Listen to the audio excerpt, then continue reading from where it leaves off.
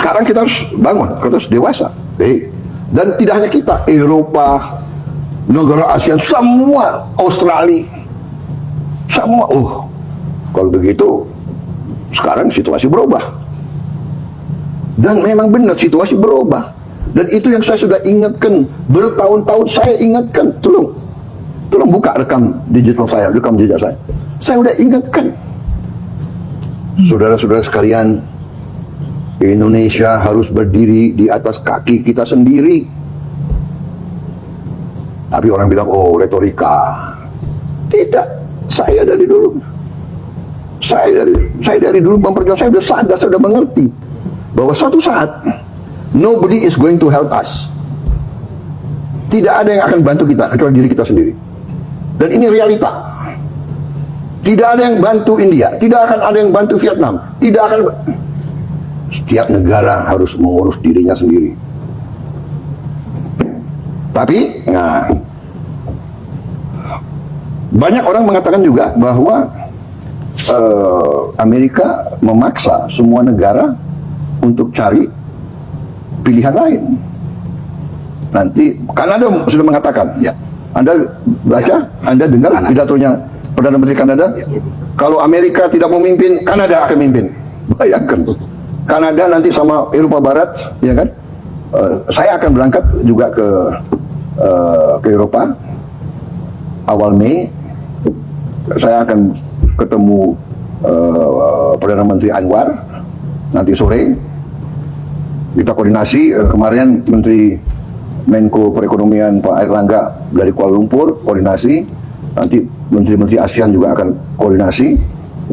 Dan kita terus hubungan negosiasi. Saya akan kirim Pak Airlangga ke Washington.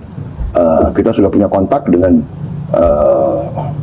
tokoh-tokoh di Washington. Kita akan diskusi. Negosiasi. Untuk negosiasi. Ya, kita akan negosiasi. Kita bilang, bro. Tapi satu hal yang saya ingin sampaikan, Amerika sebenarnya punya hak, karena dia ingin membela Kepentingan nasional. Kepentingan nasional dia, ya kan? Bayangkan negara-negara lain punya surplus $300 miliar, $200 miliar, $100 miliar, ya kan? Benar nggak? Yang dibenarkan oleh BTU juga. Iya kan? Kita ada termasuk surplus yang tidak terlalu besar, $18 miliar. Ya, tapi maksud saya juga, ya, pengusaha-pengusaha kita juga harus istilahnya punya long term planning, ya, dan tidak tergantung kepada satu pasar yang enak. Iya kan? Iya kan? Iya, ya. Kita harus berani. Kenapa kita tidak ke Afrika? Diversifikasi. Afrika itu the new emerging market of the world. Afrika loh. Jumlah penduduknya besar, resourcesnya banyak, ya kan? Kebutuhannya banyak. Ada pengusaha-pengusaha kita yang berani ke Afrika, ya kan? Benar nggak? Salim Group, dia di mana-mana di Afrika itu. Mereka sekarang hobinya makan Indomie. Dan mereka kira Indomie itu makanan mereka itu. Kayak spaghetti, jatuhnya mengganti spaghetti. Ada di Nigeria, Ethiopia, di Turki, Tanzania, di Mesir. Jadi kita we have to look for new market, benar nggak? Yang kita concern hanya memang apa itu garment, sepatu, ya kan?